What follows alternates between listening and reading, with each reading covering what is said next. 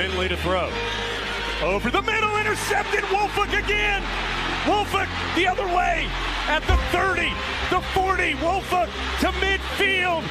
Miles Wolford with the pick. The Heels on the doorstep of an enormous victory. Williams is the running back next to Howe.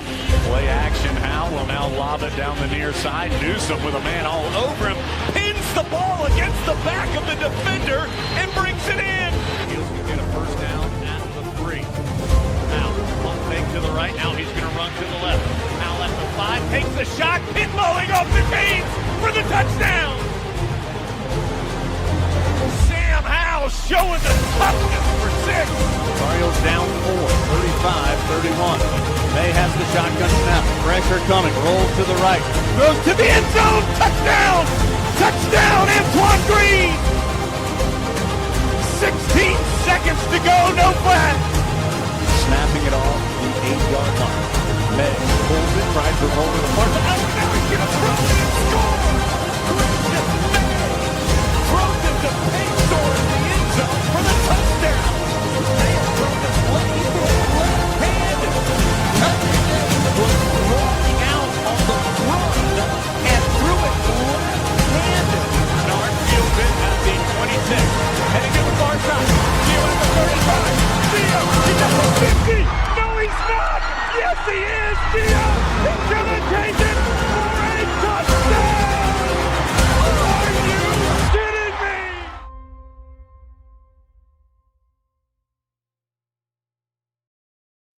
What's going on, guys? Welcome into another edition of the Heel Tough Blog Podcast. It's your host, Anthony Pagnotta, here with you guys, as always, going back-to-back tonight. And as I told you guys, a special guest that's here with us on this edition of the podcast, it's Andrew Jones of TarHeel247, and he is nice enough to join us here. We're going to talk all about, spring practice, some of his takeaways from what he saw with his own eyes in the limited amount of time that you were able to get eyes on this group. And of course, some other big picture stuff around Tar Heel football. But Andrew, first of all, thanks for joining us, man. How you doing tonight? I'm doing great. I enjoyed those clips. I haven't seen some of them in a while, and I was racking my brain as we were going through them. I think I covered every one of those games too. So I think it marks my age a little bit because that Geo one was quite a while ago, but that was a lot of fun. And a legendary call by Jones. Oh, no doubt about it. And that's one of those ones we're going to actually do a topic later on in the offseason about some of the games that we wish we could have been at. That was one as a young Tar Heel fan I was not at. So definitely one that I missed. But definitely that's the thing I want to do is throw back to some of the good memories. Now, I don't know how many good memories I'm going to be able to pull from last season. That's going to be a real tough one if we're trying to pull that together for this year. But we've turned the page. We're looking at a much different team this year, certainly. A lot of new guys from last year's group. So we're here to talk tonight about that group that you saw out there in the spring. And we'll be bouncing back and forth with questions throughout the night. If you guys have any in the live chat, make sure you throw them in there. We'll go ahead and read those off too as we go throughout the show. But one of the first things that I wanted to talk about, Andrew, when it came to this Tar Heel team, one of the biggest issues that Carolina had a year ago was it just didn't feel like there was enough talent out there on the field for this Tar Heel team. And it became very evident very early that was the case, especially when you go. I think the game to me that really started to sink in was that game against Central Florida, where all of a sudden you said to yourself, oh boy, this team might actually be in a little bit of trouble here. You look at this year's roster. What do you think about the talent level? Have they improved the way that you feel like they ultimately need to succeed? It's so much more difficult to gauge the talent on a roster in May and June now than it used to be because so many of the guys that are on the roster have played in college football, but we really haven't seen them. And even if you go watch clips are clips. Everybody's going to look good. Heck, I probably could have mustered up a few good clips from back in the day, but I like to watch guys in full games, and it's really hard to do when you bring in so many. I did watch Donovan Hoylett. Obviously, he played against Carolina last year, but some other stuff. I watched Mason Humphrey, the kid from Lehigh. I watched a few others to see Trechke Kahuna, wide receiver from Wisconsin. I watched some Jackson Warren. I watched that whole Washington game where he was targeted 11 times to kind of get a feel for him. And I do think that they've got some guys that can play and play a lot of snaps and help them. And I do think they've added in some spots. They may not be more talented at wide receiver, but I think they have guys they can rely on that can help Jordan more, for an example. So they may only go 5 or 6 deep there, but they have some guys that can allow Jordan to maybe even get in some ISO situations instead of having so much attention.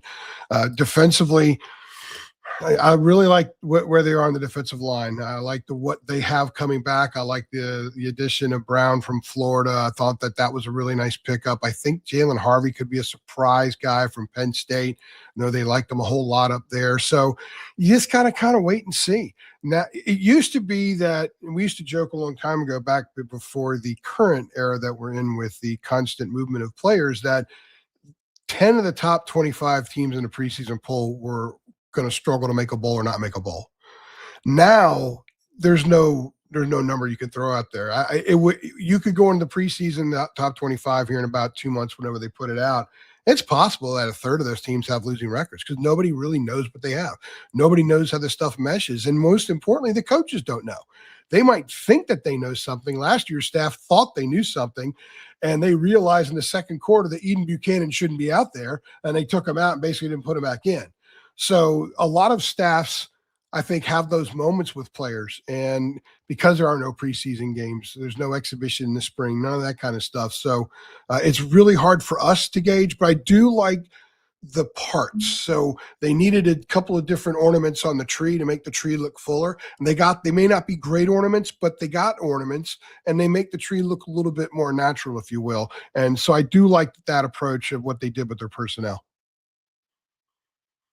All right. So, yeah, if we think that the talent level is upgraded, which I agree with you, I think just looking at some of the pure guys that they brought in, especially, you go to the high school class, they ended up bringing in 40 guys out of the high school rank, 40 plus guys out of the high school ranks. I don't even know how many at this point. It's crazy because they've added a couple of guys even late. Ultimately, let's stick on that for a second. What did you think about that strategy that they decided to take? Because I thought, for a younger coach, it probably makes a little bit more sense. But with a coach that's as old as Bill Belichick, did you like the fact that they decided to sort of focus on building a foundation with the high school guys? Or do you think they should have made more of an approach by going into the transfer portal? It's a good question. And I think the answer to the question is not really so much a matter of what any of us like, but what's the rationale behind it, especially for a 74-year-old coach. I don't think Bill Belichick wakes up and says, I'm a 74-year-old coach. So I think that's the first thing we need to understand. I think he believes that he can coach as long as he can coach. Now, he has the 3 guaranteed years, and it's a 5-year deal, but that doesn't mean he can't stick around. And I think also what this feeds into is the fact that when last season wound down, and I talked to some people around the program when the season was over, they were talking 2027. And they were fueling 2027. Like, they wanted to make sure media got out the message, hey, this is 2027. So they went from being the 33rd team and all of the NFL and all the stuff they were talking about, what they could achieve overnight, to suddenly talking 2027. Because I think that reflected what they learned, the realities they learned about college football as opposed to the NFL. It's a different way of building. And they are so teaching and developing heavy that they decided to go back to what made Bill so great to begin with, was think of some of his greatest players were afterthoughts when it came to the draft in college and that kind of thing. Some of them played different positions than they played in college, and he developed and taught. And it was the daily drumbeat of that. So I think they decided to pull from that, apply it to college, sell that to kids. They brought in a lot of young transfers who haven't played that much as well, pitching the same thing to them. So I think probably the best way for a fan to look at this season is it's kind of a bridge to 2027 because they're building toward 2027. They also look at that schedule, guys.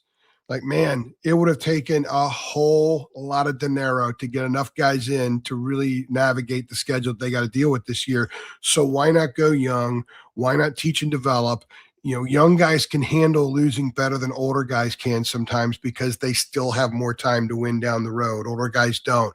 So they might have a better locker room, a better program, a better vibe, a better culture if they're struggling this year because there's so much teaching and learning going on than perhaps a year ago when they struggled at times and they had enough older guys and then some of the other dynamics that it wasn't always a great locker room. So I think it's a more 2027 thing. I think it's a more teaching thing. That's who Bill is. That's who Bill needs to be. And I swear, man, I don't think he thinks his age at all. If he has it, when he has a birthday, he's probably one of those dudes that doesn't celebrate his birthday. It's just another day, and I can get my team better today, and that's what I'm going to do. Andrew, I want to follow up because I think one of the things I've been very critical of is what they sold at the beginning to where you mentioned now, where we're looking at 2027 as our compete year. As Carolina fans, we just saw Curt Cignetti engineer the greatest college football turnaround in Indiana. And so I'm just trying to figure out what's the rationale behind how can Indiana hire a coach from James Madison and in 2 years go to 2 CFPs and win a national championship? We hire the greatest mastermind at the NFL level. I know it's a different game. I know it's an adjustment to the college game, but we're having to be sold on a 3-year wait period before we can maybe see them compete to win 8-9 games, maybe flirt with a top 4 finish in the league. Like that was not the expectation I think many of us had when they made the hire 18, 19 months ago. Yeah, first of all, you probably won't hear Bill say 2027. Hey, we're TCU, whatever, that typical thing that he does. And I really think he lives his life that way. I think that's, if you saw the interview he did on Fox with Sean Hannity, I think that really showed you exactly who he is and how he approaches things. And I think it's a very valuable interview for any Carolina fan to watch because he told him a lot more than he tells us when we get him over in the Keenum Football Center, which is fine. Hopefully one day we'll get a couple of those things out of him because it can spawn more questions and who knows, maybe we'll really get him to open up. But I think that I think the 2027 thing is just their understanding of that it's a build. Cignetti had already been through college football. He had been he worked with Saban. He was a winner. And he said, Google me when he got hired. Before he had won a game in Indiana, he's already talking trash because he knew he could do the job. Belichick and Lombardi clearly have reevaluated how they approach things and changed it dramatically since they came in. They have understood now. They understand now college is different. Football's football, but it's not always the same in the infrastructure and behind the scenes. And a great story that Christo Kelly told us a couple of months ago was about how he and another player were walking out front of the Keenum Football Center over by the Choo-Choo statue, and Bill comes down that little hill, and he's got a notepad in his hand, and he's smiling. They're like, Coach is smiling. What are you happy about, Coach? He had just gone and checked on 13 early enrollee freshmen to see if they were in class, and each one of them was in class. I mean, he had Lawrence Taylor. He wasn't checking on LT at night. We know that. So it's a different animal. It's a different thing to deal with. There are a lot more boxes to check that an NFL coach doesn't even consider. And I think that's part of the process. So to me, he's kind of getting a reset in the way I'm evaluating. Now, if they start to fall back into the same traps as last year and how he deals with certain things, how he won't answer certain things, if they're not diversifying the offense, if it turns out that Bobby Petrino is running 6 things basically and running them at head-scratching times like Freddie Kitchens did, then the same issues will flare up. And then I think you can lump this year in with last year. But I'm going to sort of give them a mulligan in a sense for last year. They learned an awful lot about on-field, about player development, about communication with college kids, and about culture. Culture is a big thing. And he talked about that in an interview with Sean Hannity. They had a divided locker room last year. And that week after the Clemson game, when so much stuff came out, we reported a ton of stuff. And we took a lot of arrows from people. We lost subscribers on our site because of it. But the program never said a word to us because they knew everything that we reported was accurate. So Bill kind of opened up about how there was a divided locker room. He didn't say there were the Bill guys and the Mac guys, but he said, it's like a lot of these guys were here that I didn't recruit and they didn't want to play for me. They had, you can't beat that culture. You can't overcome that in the middle of a season, especially when, as you said, Josh, they didn't have much talent. They didn't have the talent to overcome it. You can have a crappy clubhouse like the 78 Yankees and still win a World Series because look who's on the roster, right? But you can't do that in college football when you have a 4-win roster and you end up winning 4 games. And quite frankly, the fact that they played fairly well in the middle of the season is probably a testament to Belichick and the staff starting to figure some things out because it looked like they were on their way to getting shut out the rest of the year. And they made a little something of the middle of the season. You mentioned the interview with Hannity, and I'm glad you brought that up. Not to get political, but he did that interview. We've seen him on Part of My Take. I don't know if we'll see him show up on a random podcast or a highly publicated podcast throughout the remainder of the summer. He looks a lot more comfortable. He's wearing Carolina gear to interviews. He's not showing up disheveled. Did you get that sense in the summer that he was a lot more comfortable in who he is at this level of football as opposed to who he was at the NFL level? I saw him, and you guys have been to basketball games, the media, where we have the press room and then there's that elevator if you're going to go up to the concourse, right? I was running kind of late to get up there before start of a game. Usually I get up there about 10 minutes before tip-off, and I had to do something. And I approached the elevator at the time that he and Lombardi's wife and Bill was there with Jordan at the same time, and he was chatty as can be. And I thought that was interesting because my last exchange with him after the NC State game, I got a long glare from him because I was persistent about a question, which was a legitimate question, but he was very chatty. And we talked about the craziness of the portal. And I told him, I said, Coach, we've had 6 kids tell us that they're going to Carolina and then we never hear from them again. They don't go to Carolina. He said, well, we've had about 26. So it was an interesting moment. And it showed me that he had taken an exhale. He had taken a big exhale on what he had experienced. And when you exhale, it gives you the chance to reflect some. And great coaches are great reflectors because they self-fix. And I believe very confidently that a lot of the things that he recognized that need to be fixed have been fixed. Now, it doesn't mean that this team's going to win 7 or 8 games. They have a lot of issues. And I still think he's just in year 2.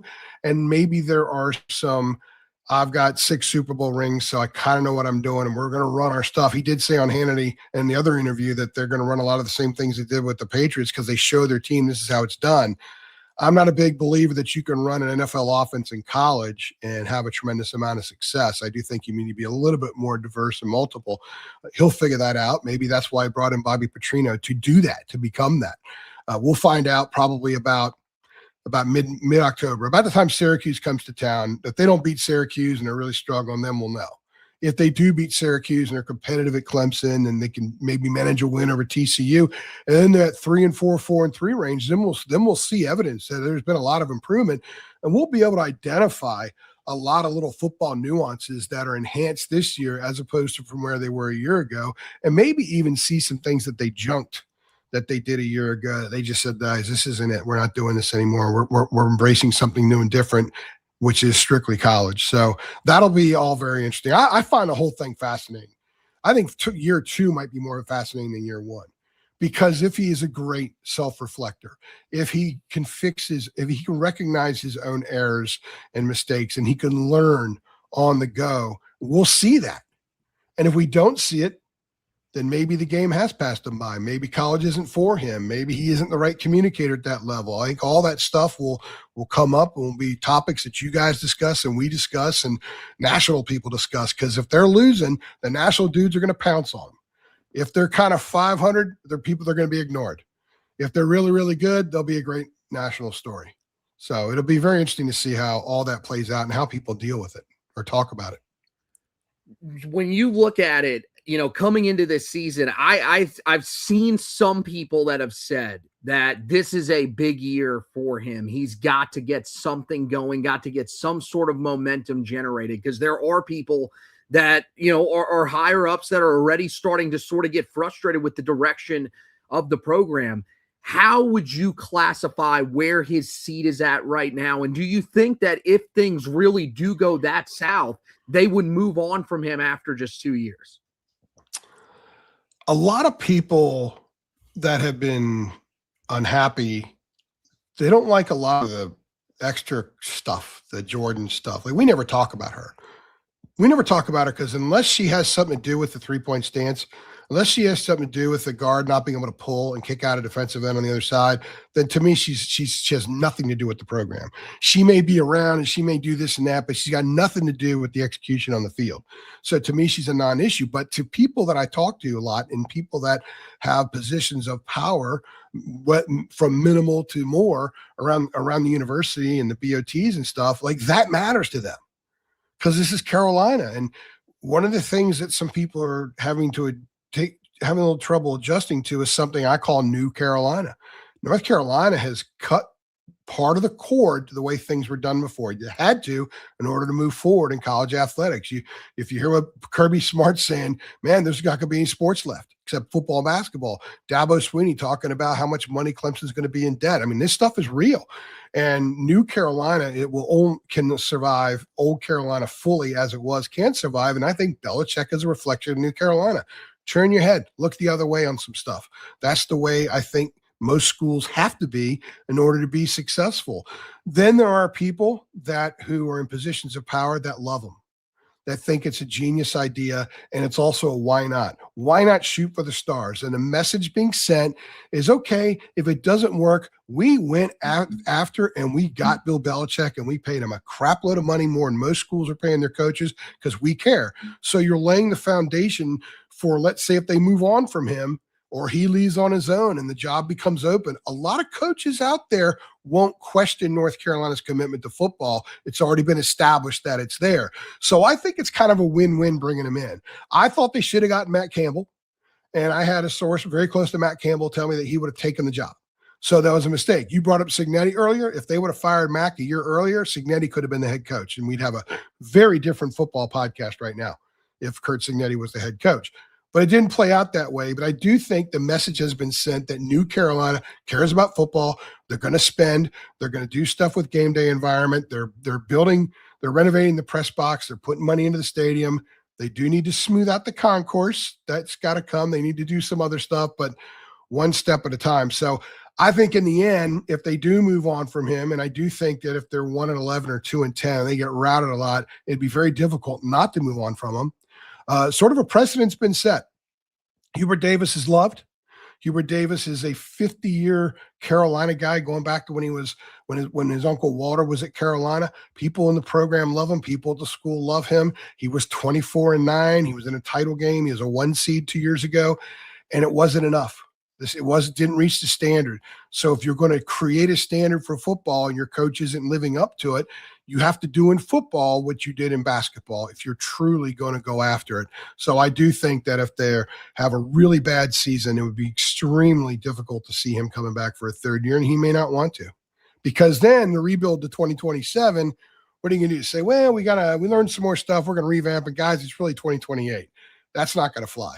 Because if sources start telling me that and some others who cover the program a lot that, we're going to call BS and we're going to say that just as it is. Yeah, I mean, look, we're going to hold them accountable too. You guys know us. 100%.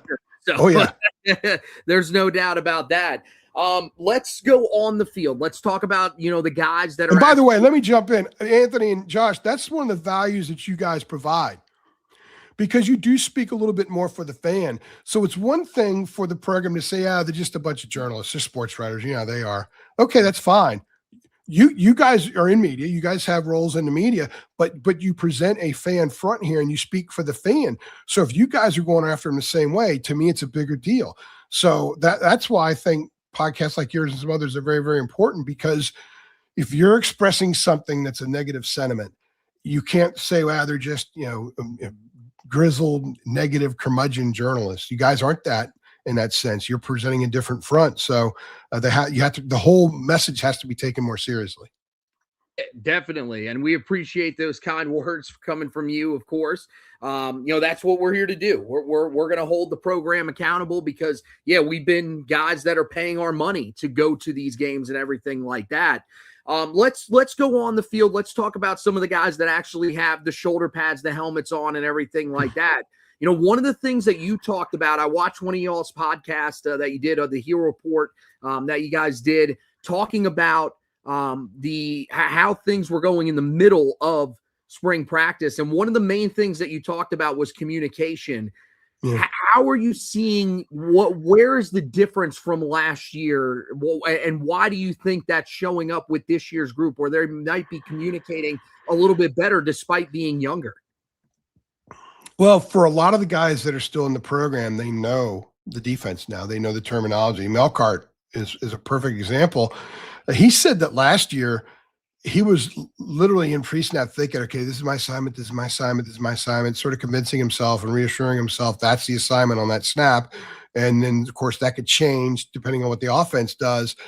He said this spring he was never thinking about that. It was just see it, react, and go.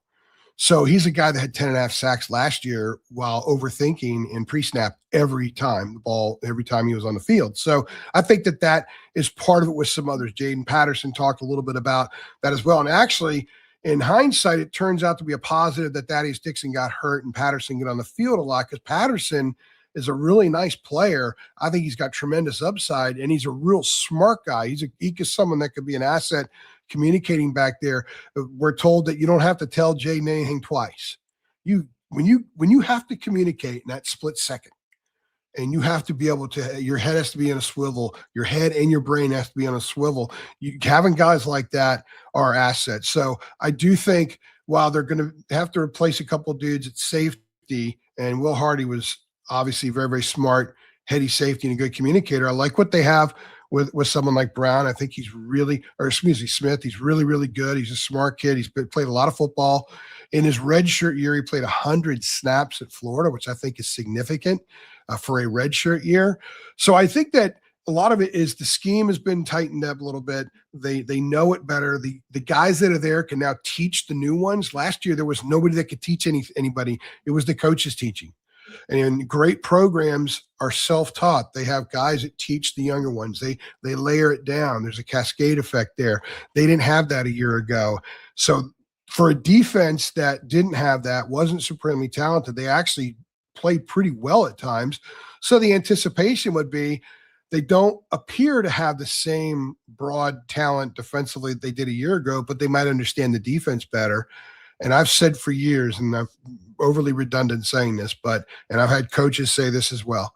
You get a 3-star linebacker who breaks the right way on the snap.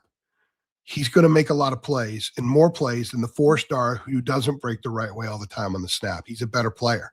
And if you have smart guys that are very good in pre-snap, which they should be better this year, then they have a chance to be a better defense. And that might be enough, because if the offense is a little bit better, some of those close games they lost a year ago could have been flipped into victory. So I do think communication, just understanding. When they're in the film room and the coaches are talking about stuff and they're breaking things down, they don't have to go over it again and again and again. There's a much greater understanding of everything that they're discussing, the terminology and everything now. So I think that's part of communication. A lot of people think it's just on the field. It's on the sideline when you come to the bench and the offense is on the field, or it's a dead ball and the refs are trying to spot a ball to see if it's a first down. It's so much more than that. It's Sunday through Friday as much as it is Saturday.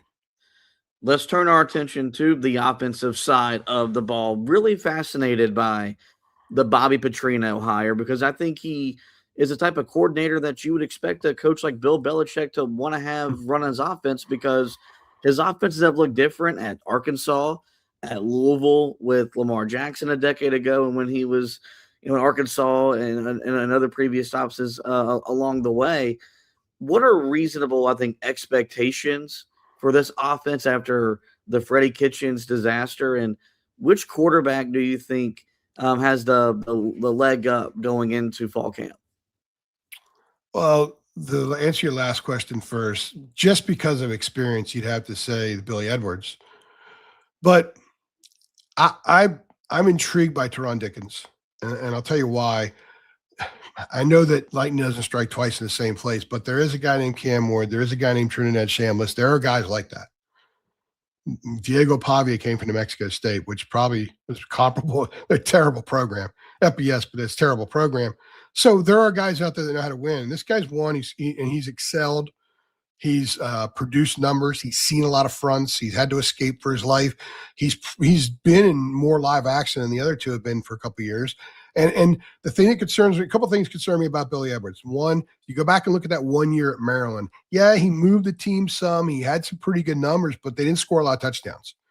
When they got in the 30-yard line, he wasn't super efficient. And they settled for a lot of field goals or a lot of fourth down failures that year. So that's an issue. You got to score touchdowns. Belichick and Petrino, you got to be great inside the 30. Petrino, one of his reputations is that his offense is usually pretty good inside the 30. So is he the right guy for that? I don't know. Miles O'Neal has the arm strength. We got some stuff up that we've run on him the last couple of days. He's got arm strength. Petrino brought him to recruited him a little bit to Texas A&M. You know, he's an SEC guy. People were intrigued by him. I think people were intrigued by Torrey Newkirk. The fact that he showed up late last year. He showed up in the summer, and by the fourth day of fall camp, he had beaten out Bryce Baker. He passed him by. And if you watch him in person, I mean, he kind of looks, yeah. I mean, if you saw it, I saw him last year in practice right next to Bryce Baker throwing. My eyes were on Torrey Newkirk. They weren't on Bryce Baker. So that I wouldn't count him out at some point. Travis Burgess wasn't wearing a brace. He moved well. They kept saying, oh, he's not ready, but he, at least from a drill standpoint, he looked ready. So what was encouraging is he was ahead of where perhaps it was projected he would be at that time, recovering from his injury. So I think it's up in the air. I wouldn't be surprised to see multiple quarterbacks. I wouldn't be surprised to see Dickens and Edwards, and you have two completely different looks, and you force opponents to spend a crap load of time preparing for a Teron Dickens and a Billy Edwards, because they couldn't be more different. But I'm intrigued by Dickens. He committed in late January. You know, Edwards wasn't super healthy in the spring. We don't know how healthy he is now. The staff had already seen those guys throw some. They were getting reports about what the players were saying when they were throwing around and doing workouts and stuff, and they still felt the need to bring in another guy. That might be an indication that they thought, okay, let's go for this potential diamond in the rough here. We've seen it work enough. Maybe it works here. I think it's an open-ended thing, but I really cannot wait to see what Dickens looks like in a game. And I believe right now, unless Bill tells us otherwise in August, that that they'll go into the TCU game with two looks. And why not? Because I can't imagine something like this will be settled in August. You got to play games to settle it. And there's no obvious choice simply because Edwards struggled at times when he has played. Yeah, we work with a Western Carolina super fan, and you heard that correctly, a Western Carolina super fan. Oh, that's the guy, that when the move happened, was telling us that Dickens could play at this level and could be a difference maker. I'm fascinated by him too. I thought you bring up Pavia as a great comparison. If a guy like him can do what he did from New Mexico State at Vanderbilt, why can't Dickens make that jump from Western Carolina to UNC? I want to ask you about the running back position and this run. Very quickly, Petrino already had a guy that could move around and do all kinds of stuff that you don't have to run a pro set. You didn't have to run that with Lamar. Worked out pretty well for him. And you're not going to run a pro set with Teron Dickens. So that might be part of it too. You know, Petrino may have both hands on that thing coming in because they said, look, we need a guy like that just in case, or I want to see what I can do with him. We don't know because they haven't told us. But I do think it's important to note that Petrino has had success with guys like that. I want to ask you really quickly about the run game. You get Damon June back, Benjamin Hall's back. I look at the room, and at least on paper, you bring in a transfer from LSU, it looks like there's a lot of power, a lot of thump, a lot of guys that, you know, can get behind their pads and finish runs. I don't know if there's a lot of speed back there where you have someone that can take a handoff and run 60, 70 yards for a touchdown. And I don't know, you know, I know Michigan won a national championship a few years ago being a 3 yards and a cloud of dust offense, but they also had a home run hitter that they could spell after they were able to wear defenses down with their power backs.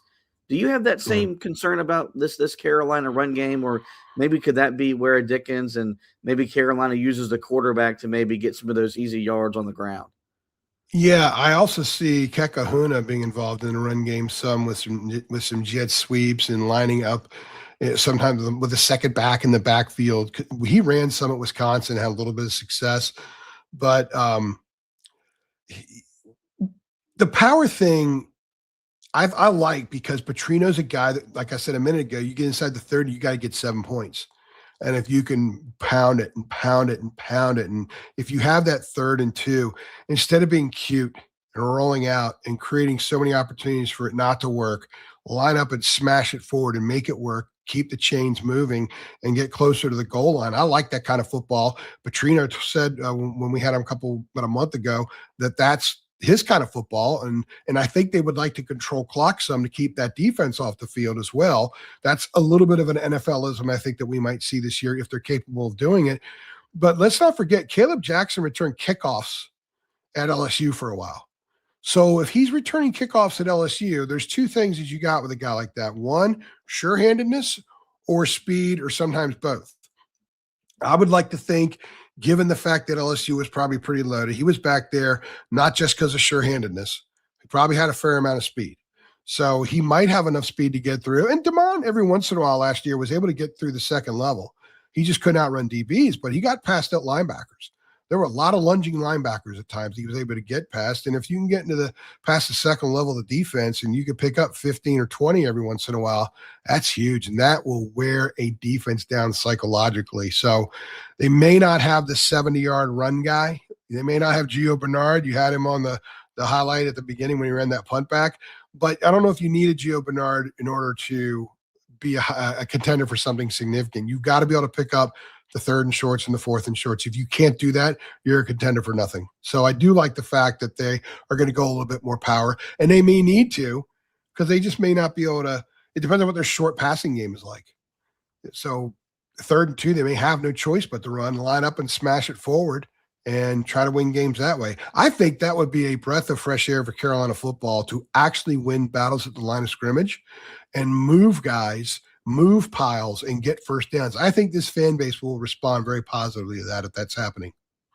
So how confident, let's focus on that. How confident are you that Carolina can win in the trenches, especially, I mean, look, I think you and me are probably in the same area when it comes to the defensive line. You look at some of the guys that they're going to have there that are holdovers from last year.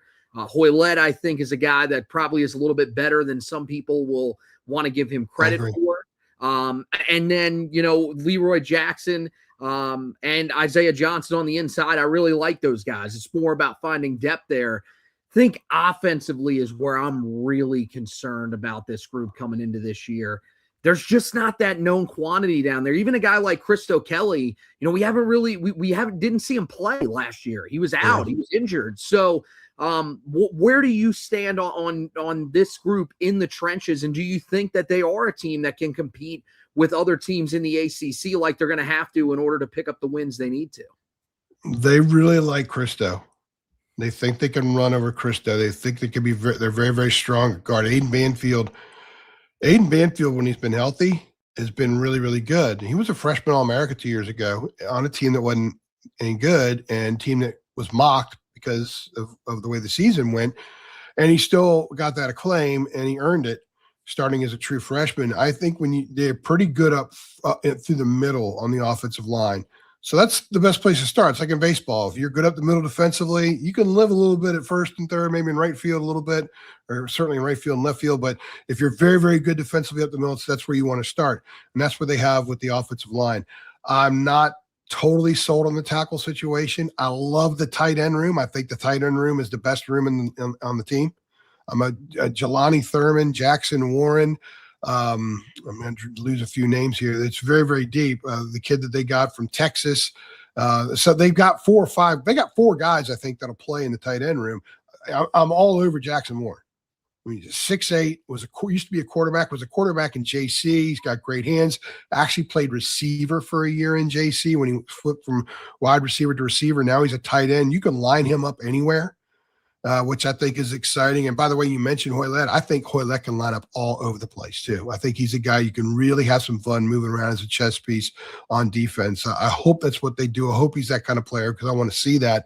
But I am not super confident on either side of the ball yet because, and I'm also not super pessimistic. It's kind of a wait and see. Like I said earlier, we really don't know. I do like the way that they've sort of put pieces together here. And they're trying to build a team, and they were wise in not just going out and spending like drunken sailors like some teams did in the basketball portal here in the last month and a half, just throwing guys on the books and hope it works. I'm glad that they didn't do that because to me, it's a healthier process to cover, first of all. And it gives us an idea of what we want to look for when we are covering this team. But it's hard to project them being much better defensively, if at all. I think they'll be better offensively because they're going to be better at quarterback. The room is much better. They got Jordan Shipp help. They're better at tight end. And I do like what they are, in the middle on the offensive line at the very least. So I think they'll be a little bit better offensively.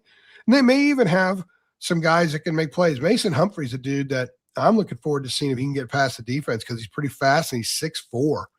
So if you get in the 30 and you can convert those short yardage situations like we're talking about and get closer to the goal line, well, Jordan Shipp's not your only fade receiver now. You've got some other ones you can run, and you can have tight ends do that. And you can drag them over the middle, and they're bigger targets than you had before. So I think that they should be more efficient when they get in the 30. They should score a higher percentage of touchdowns, not a bunch of field goals, and that will put them in better position to win games. But it's very, very difficult to project this team to have a much better record than last year until we see them. The schedule's tough, and there's still too many question marks. And while you like a lot of pieces, these are pieces that haven't been super proven in other places, and that's part of the issue as well, certainly at the FBS level. Yeah, and I think one thing that, is important to get out there to these people, these fans that are listening to this podcast, that are watching this podcast, is that even they can show progress without necessarily showing it in the win-loss record. I think that's going to be important because, as you said, that schedule is incredibly difficult. You had your shot last year with an easy schedule. You couldn't take advantage. So this year, it is going to be a little bit more difficult. You said you really like the tight end room. You think it might be the best on the team. Maybe, outside of tight end, is there another position room that you're really watching and thinking maybe we're underrating coming into the year based off of what you saw in the spring? Running back. Because we saw snippets of Damon June last year look like a legitimate power conference running back, like a guy that you can ride for a while. But I think Caleb Jackson, if you go back and look at the guy that LSU recruited, big time. Big time. And it didn't ultimately work out there for him. But I was told by people in the program that he looks every bit the highly touted 4-star that LSU thought they were getting. Now, if that's the case, he'll probably start. Now, if he ends up being third team and we don't see him till late in the first half against TCU, then those are just words that don't have much meaning. But I also think Benjamin Hall's a guy to keep an eye on as well, a guy who went to Michigan. He went to a pedigree program. You like guys who go to places like that because there's something there they wouldn't have been there in the first place. They now can build Belichick, the developer, the teacher. Can he pull that stuff out of some of these guys?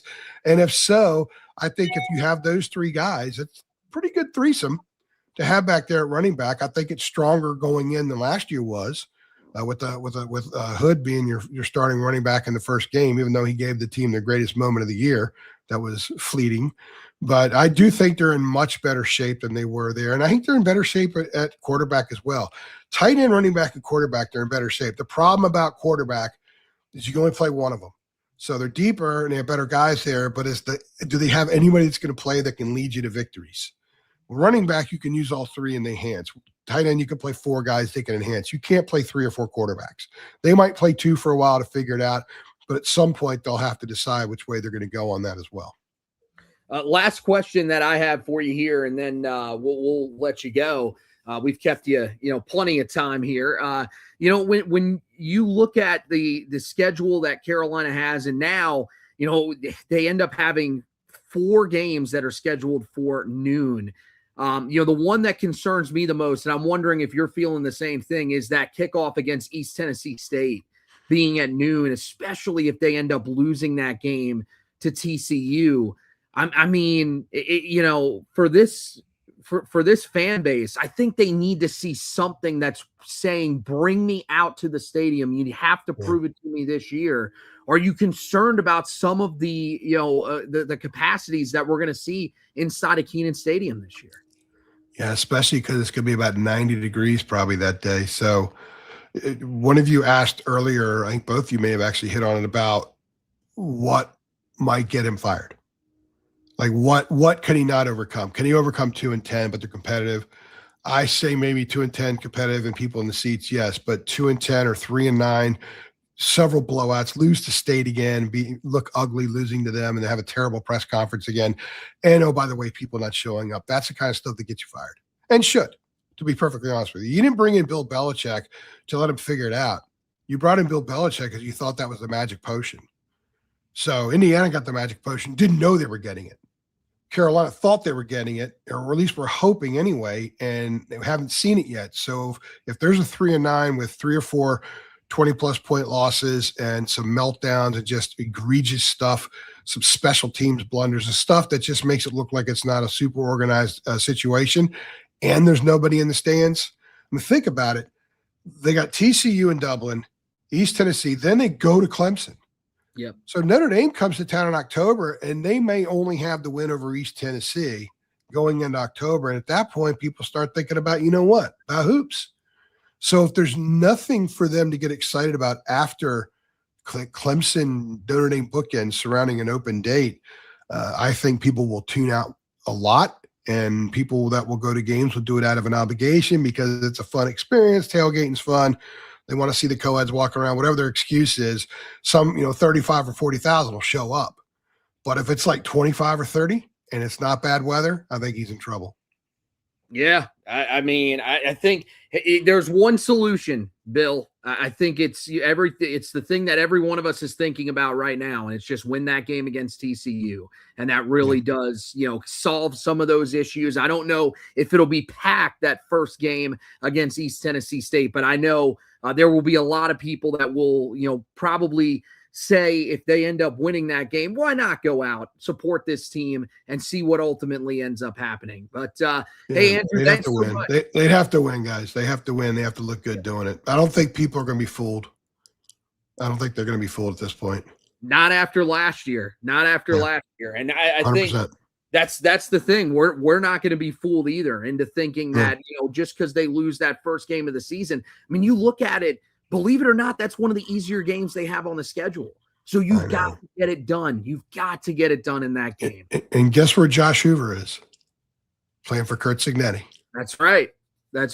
So, yeah, we're glad. If they would have hired him 2 years ago, he could be at North Carolina now. We wouldn't even know who Billy Edwards is. Oh, man. Crazy, when you brought that up earlier in the show, that just hurt so much because he was at Madison. One of my best friends in life is a big-time booster at Madison. Bleeds JMU football. And he was terrified that they were going to lose him to North Carolina a couple of years ago. Terrified, because that was the chatter, that he would have taken the job in a heartbeat. I mean, he used to be at Elon, so he knows the area. Yeah. It is what it is. They have Belichick, and we'll see how it goes. If nothing else, it will be fascinating, and that's usually what we root for. Yeah, that's the thing. We're going to get content out of it, and we'll be here on our side of things. Andrew, tell everybody where they can find your content, all the social media avenues and everything like that. Yeah, TarHeel247.com. We're in the 24/7 Sports, CBS Sports Network. We are quite prolific with our stuff. Tar Heel, our podcasts, our YouTube channels, Heel Report, which is part of Tar Heel 24/7. There's some reasons why they wanted to have that name on it with not just straight Tar Heel 24/7 or 24/7 Sports, because I own the channel in part. So they wanted to have a little bit of a distinguish there. And I have completely forgotten my Twitter handle because I changed that over a couple of months too. But I think it's ARJ247 or Heels or something like that. I don't remember. You guys know what it is? I totally forgot what it is. Yeah, give me. I'm not much of a self promoter, guys. So it's AJ TarHeel 24/7. So I was kind of right. There you go. That's what it is. Close enough. I imagine my stuff's easy to find. Our stuff's easy to find. We have an incredible staff, and we're growing. We're adding another full-timer here in the next couple of weeks. So we are skyrocketing big time. It's a fun time to be covering the dramatically changing landscape of North Carolina athletics. Yeah, very cool. You, Noah, Jacob Turner, you guys do an outstanding job over there covering the Tar Heels. We're always glad to see you out whenever we are, attending Carolina events and everything like that. It's nice to see a friendly face, especially for us who are new guys on the beat. We're fairly new, so a lot of people don't know who we are. So we really appreciate you being kind to us, helping to sort of mentor us a little bit along the way. So, I'm happy to come over and say hello every time you're at a game. You guys know where to find me. Yes, sir. Yes, sir. So, that we appreciate you joining us tonight. Guys, go check out their content. Check out our content, of course, at HeelToughBlog.com. You can check out the YouTube channel. Make sure if you're there, you do subscribe. We're on the Facebook page, Twitter page as well whenever we do these live videos. So make sure you check out both the Heel Tough Blog podcast and the Four Corners podcast. But that's going to wrap it up for tonight's edition of the show. Want to thank Andrew Jones for stopping by with us, Josh for hosting with me, and of course, want to thank you guys for watching and listening. And as always, go Tar Heels.